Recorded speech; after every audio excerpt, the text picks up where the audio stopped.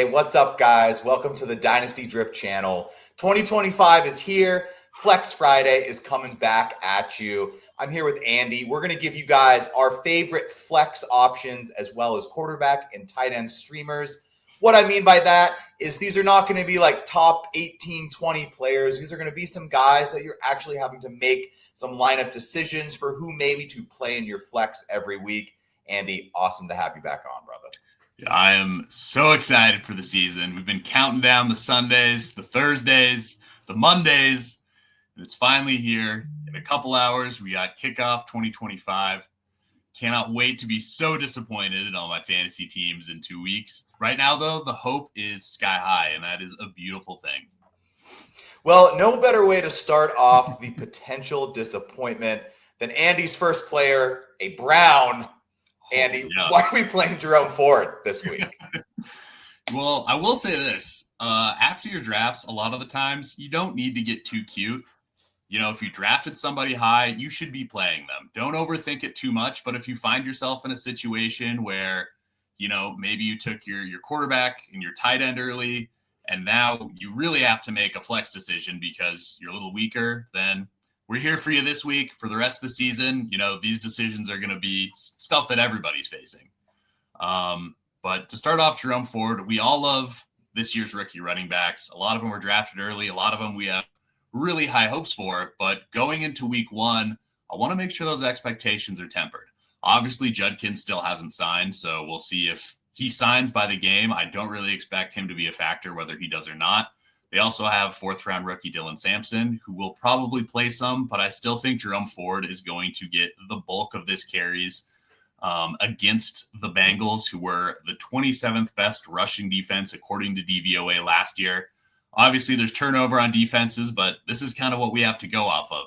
So I think he's going to get a lot of carries against a bad defense. And so I'm expecting a pretty solid outing and a fairly high floor for this running back that you can start in your flex. Yeah, and I think, too, Jerome Ford specifically, too, like, I think the decision, at least I know I have this decision in a couple leagues, it may actually be more for, like, a hero RB strategy where you're going, do I play Jerome Ford as my RB2 or do I play these other players in the same range? And like you said, like, you know, like, honestly, there's a lot of stats. I think I was listening earlier. It was more in a betting format. But it was talking about how the Browns have actually played the Bengals in the Joe Burrow era, like, very well. I think it was saying the Bengals are like 5-12 against the spread in the last whatever games against the Browns. So, like, they play them a lot closer than I think people give them credit for, especially also, like, the Bengals have tended to start slow these past couple years. I mean, just last year, the Bengals lost to what was it, like the Patriots week one, I think, or they lost. Like they had a really bad loss very early last year. So it's not that surprising. Now we're going to switch over to one of my fantasy darlings, one of my favorite players. J.K. Dobbins is one of my favorite flex plays this week. I mean, he was drafted in that 100% flex range for your league. And for me, like, this Broncos team has one of the higher, like, spreads against the Titans this week. It was at 8.5 last time I checked. They have a home game. Like, not only is there like the elevation angle, which usually early in the season people love playing the Broncos. I love the Titans, man. I'm a Titans fan. I do think there is hope for this team, but I don't think it's going to be week one. And I just would not be surprised to see this Broncos team just like absolutely lay the smackdown on the Titans here, especially in more of like a just like control sense. Like, yeah, maybe they don't throw the air out of the football, but I think they're just going to hit the ground and just kind of like control this game. I think Dobbins is the perfect player to throw into your flex, especially like when he's healthy. Like, you draft J.K. Dobbins to play him when he's healthy, assuming he may not be healthy. He's healthy now. I say you put him in your lineup and just kind of get those points going for your team. Yeah, I like that. I mean, just like before, this is, you know, another veteran who RJ Harvey was drafted earlier than Dobbins in pretty much every league, but I think coming out the gate, J.K. Dobbins is going to get more of the touches. Titans' 5th most points to running backs last year. And man, what an absolutely miserable matchup for Cam Ward in his first start going up against one of the top defenses in the league. So yeah, I mean, most sites have the Broncos as not only the number one fantasy defense, but potentially the number one matchup as well. I just think there's no reason to go away from that this week. But we got our third running back of the show. A guy Andy and I talked about is targeting your drafts. We're putting him in our lineups week one. Yeah, we gotta, start off high testosterone running back for the first Flex Friday of the year.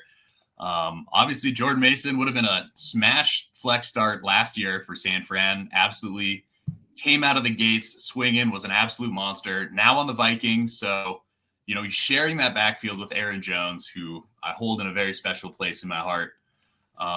So I'm not expecting him to be 20 points a game, 24 points a game like he was last year, but he should get his touches. A lot of the beat writers for the Vikings are expecting around 40% to 60% share, but with Jordan Mason getting the very valuable goal line work.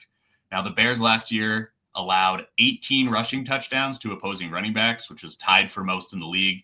So this is a great matchup for the 223-pound running back. If he's getting those goal line touches, I feel like this is one where maybe he has a little bit of a lower floor than the other guys we've talked about because Aaron Jones is there, Aaron Jones is healthy, but he also has a pretty high ceiling where if he gets in the end zone, you're going to be very happy that you started him in your flex. And I think this is a great opportunity for him to get in the end zone. Yeah, I mean, I know for me, I'm very personally interested in what the Vikings offense is going to come out the gate looking like this year. Like, are they going to stick with more of like that passing attack from last year? Are they going to switch more to like a power run game where they added offensive linemen this offseason? They added Jordan Mason. Obviously, they have McCarthy. So, like, it wouldn't be surprising to see them run the ball maybe like a little bit more. No Jordan Addison. Like, I don't know. Like, it could be like connecting dots that aren't really there, but it does seem to make some sense that they're not going to go crazy like in JJ McCarthy's first start on the road. I would say over under 5.5 beers per fan in at least in this opening day game in the Ben Johnson era. So it's going to be rowdy. I think it's going to be a rowdy game, especially on Monday night. Like that's going to be a very fun matchup. And, not to dig too much into this game, but I like the Browns this week, man. I like them on the spread. And for me, like some of these Browns pass catchers, I wanted to use David Njoku. I just think he's drafted a little too high to really be a streamer. Like if you drafted David Njoku, he's not a streamer. He's your starting tight end. I think Jerry Jeudy does qualify to be more of a flex wide receiver 3 play. And for me, like if you drafted these Browns pass catchers, it's because you believe in their upside while Joe Flacco is the quarterback. Now, it may not be like that in 12 weeks, but right now, Joe Flacco is the quarterback.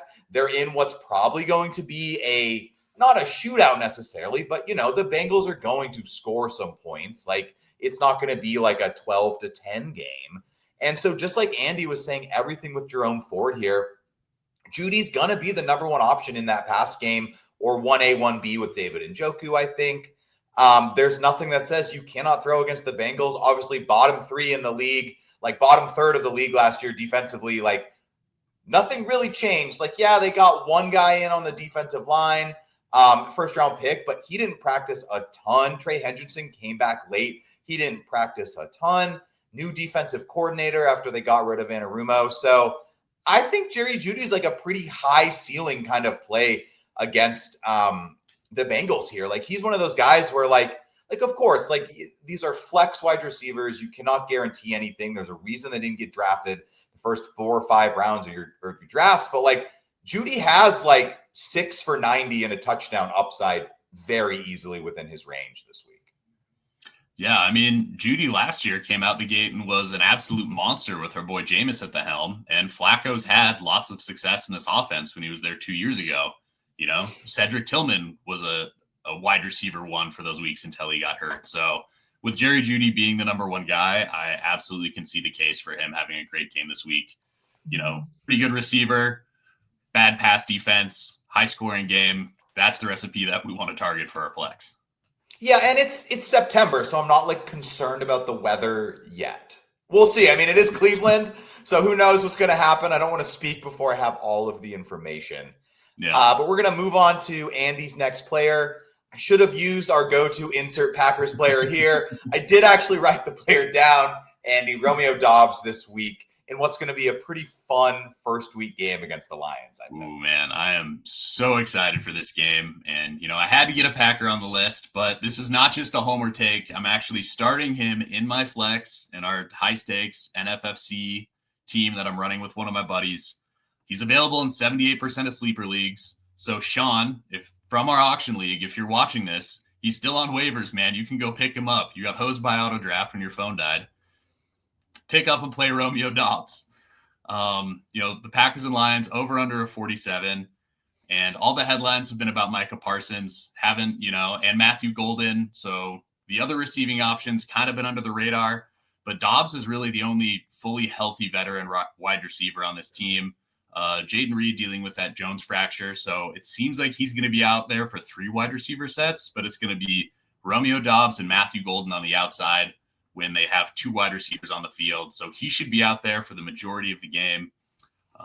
Lions have allowed a lot of the most yards to opposing wide receiver 2s last year, according to DVOA. I think they have a good defense, but you've got to throw if you're going to try and beat the Lions. They have a good offense as well. So I think this is going to be a really fun game to watch. I think as the veteran guy, even though I love Matthew Golden, his first NFL start, I think Romeo Doubs is going to get a lot of opportunities in this game. And he's somebody that I'm happy to start. I'm comfortable starting. So if you really need to go look at somebody on the waiver wire, you really hate your matchups, whatever it is, I think Doubs is somebody you can plug and play.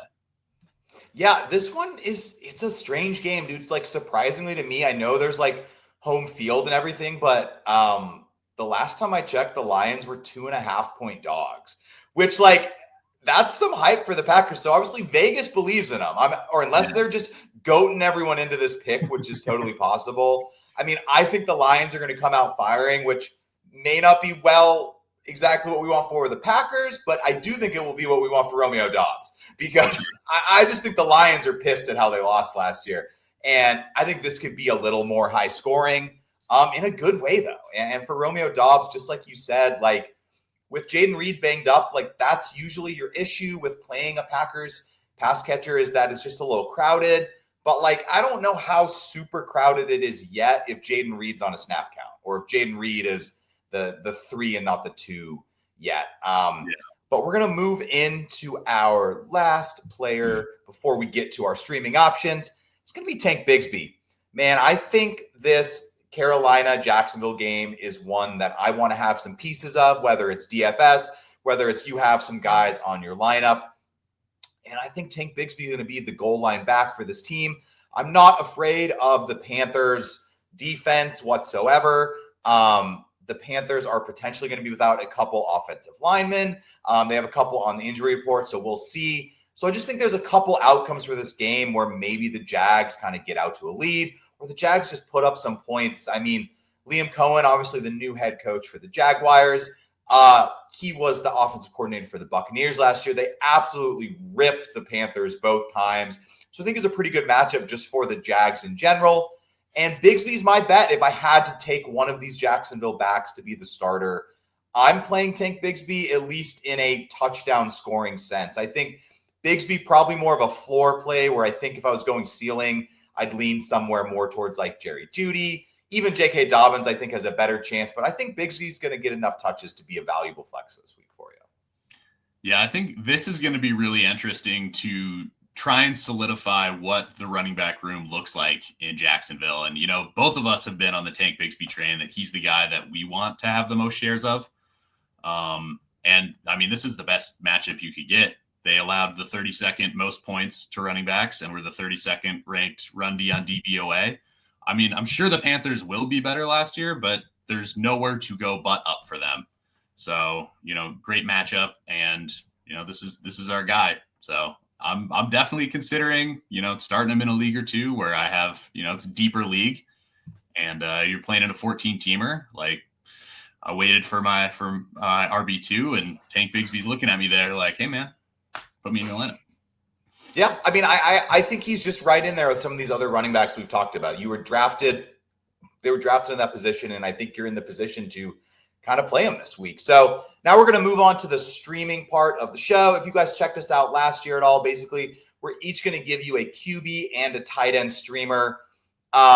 Just if you are forced to play a QB2 or week one, maybe this is less valuable information because you drafted someone. But if you do have these guys on your bench and maybe you picked 2 late players, these are guys we may lean towards in a QB battle for your QB1 slot this week. So, Andy, tell us about Matthew Stafford. Well, I think the biggest concern here is the back injury. And he's going to be playing. So right now I'm less concerned week one. That's more of a season-long concern for me. But, he's going out there playing the Texans, who have a pretty decent pass defense, but he's throwing the ball to Puka Nacua and Devontae Adams, which is one of the best wide receiver tandems in the league. So I think they're going to be out there slinging that ball around.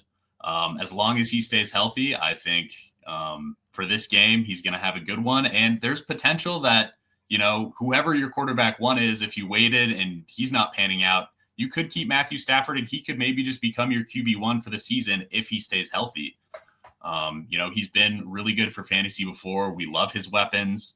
And I don't mind the matchup. It's not maybe the best matchup, but I don't think it's a terrible matchup either. So he's somebody I would be comfortable streaming this week. Yeah, and like we said, this is a deeper one. I think Stafford's the one where it's like, if you hate your matchup this week, you pull him off the waiver wire, you put him in there. Super flex leagues becoming way more common. Just like you said, he's got good weapons. I don't think he's going to kill you. I mean, I don't know if he's going to go for 450 and 3, but no one's going to do that. So let's stop holding that as the standard for our quarterbacks. The goal of streaming is, can we get like a top 14 finish, top 12 finish from our quarterback? I'm going right back to the well. I'm going with this Jags game, dude. I just think Trevor Lawrence and this Jags offense is going to score some points. Brian Thomas, Travis Hunter, a weak Panthers defense. I just think Trevor Lawrence is usually pretty good against non-playoff teams. I'm going to keep that going this year until he proves me wrong against a playoff team. But against the Panthers at home, start the season, new offensive coordinator, new weapons. I think Liam Cohen's going to want to show off and start off hot. So wouldn't be surprised to see him try to put some points up. But any more to add on this game, Andy? I'm going to let you just kind of transition into your tight end streamer. If you want to add in some Trevor Lawrence info as well, I think it's all kind of within the same realm. Yeah, I mean, I think this matchup, this cat fight is the one to target between the Panthers and the Jaguars, because we don't like the Panthers D, and we're pretty excited about this Jaguars offense. So, not saying Brenton Strange is a great tight end, but for some reason you need somebody to stream. He's available in, 80% of leagues. He's out there. Evan Ingram is gone. So he is presumed to be the starter out there. And last year he played 2 games with over 80% of snaps. He finished as a tight end, won both those times. One game, he just caught a pass. He just caught a touchdown pass, which sometimes is all it takes to be a top 12 tight end. And the other game, he did have 11 receptions for 73 yards, which you do love to see that kind of volume from your tight end so that maybe they can get it done without a touchdown. But I'm just liking this. A lot of this is the defense. I think the Jaguars are going to be scoring points. And I think with all the focus on Brian Thomas Jr. and Travis Hunter, that Strange is going to be seeing some pretty easy looks. There's now 2 pretty good wide receivers that the defense have to cover. And I think in this matchup, for the same reason we like Trevor Lawrence, I think Brenton Strange can be thrown in there, though I'm probably playing the guy that I drafted. Yeah, exactly. This is like if you didn't draft one, or for some reason you just made a trade and you got to throw some random dude in. Brenton Strange is interesting. He had so much hype 6 months ago, and then I feel like everyone just kind of got bored and they stopped talking about him as we got closer to the draft season. And obviously he is exactly he probably went undrafted. It's more of a deep play. The tight end streamer I want to talk to is probably more right on that edge of if you went double late tight end and you're okay, should I play Pat Freiermuth or Kyle Pitts? Should I play, I don't really even know, Jake Ferguson or Kyle Pitts? I'm leaning Kyle Pitts. Darnell Mooney, potentially a little banged up. He's probably going to play, but he's been dealing with some injuries. I don't want you guys to be fooled. This does not mean I'm in on the Kyle Pitts hype train for the remainder of the season. I'm not fully into this. But I think for this week, they're playing a Bucs team that honestly, I would not be surprised to see them maybe have to throw the ball against the Bucs a little bit. Like, I think the Falcons are going to be improved from last year. I'm still not fully convinced. I think Todd Bowles is probably going to have a pretty good game plan for maybe making it hard for Bijan, making it hard for London. But you can't make it hard for Kyle Pitts, dude. The dude is too freaking good. But I don't know. I think he's an upside tight end play. Obviously, he's not safe. But if Darnell Mooney's a little banged up, maybe they try to get a hot start for Kyle Pitts this year. I mean, this is just – we don't have enough information this year on who the good matchups are yet. This is just from the hip, Kyle Pitts, baby. Yeah, and there is no tight end streamer that I ever feel safe about. I mean, the bar is actually fairly low to be a top 12 tight end. And, a lot of times it's amazing how, something could look good and then it's, that somehow could not clear that very low bar. But, Kyle Pitts, obviously all the athletic talent in the world. We love Drake London. Somebody else has to be catching the balls, especially if Mooney's banged up. Bucks bottom 10 in points per game allowed to tight end last year. So, for all the things that you said, I think you could do a lot worse than Kyle Pitts. I would start him over Brenton Strange if I was choosing between the two of them. So, yeah, let's see. Let's get that. Yeah, I mean, as we learned last year, and obviously as anyone who's a storied fantasy football player, dude, you could be a top 12 tight end with 2 catches and a touchdown.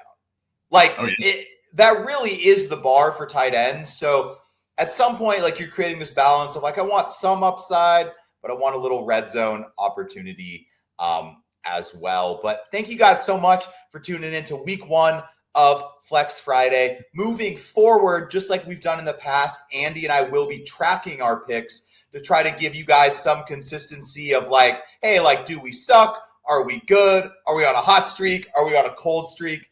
Etc. Usually what ends up happening is Andy picks a guy, I pick the guy the week after he goes off, or vice versa. There is that pattern. So I'm telling you right now, if you play Kyle Pitts and he sucks this week, you do want to play him next week because he's guaranteed to have a good game. But Andy, any last notes you want to give the folks watching? Good luck this weekend in all your matchups. I hope you win every single game. Unless you're playing me, then I hope you lose those games. So I will win all of mine but one. All of mine but one game.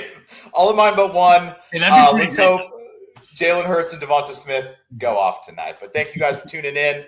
If you have any questions, subscribe, shoot us a comment below. We appreciate you guys.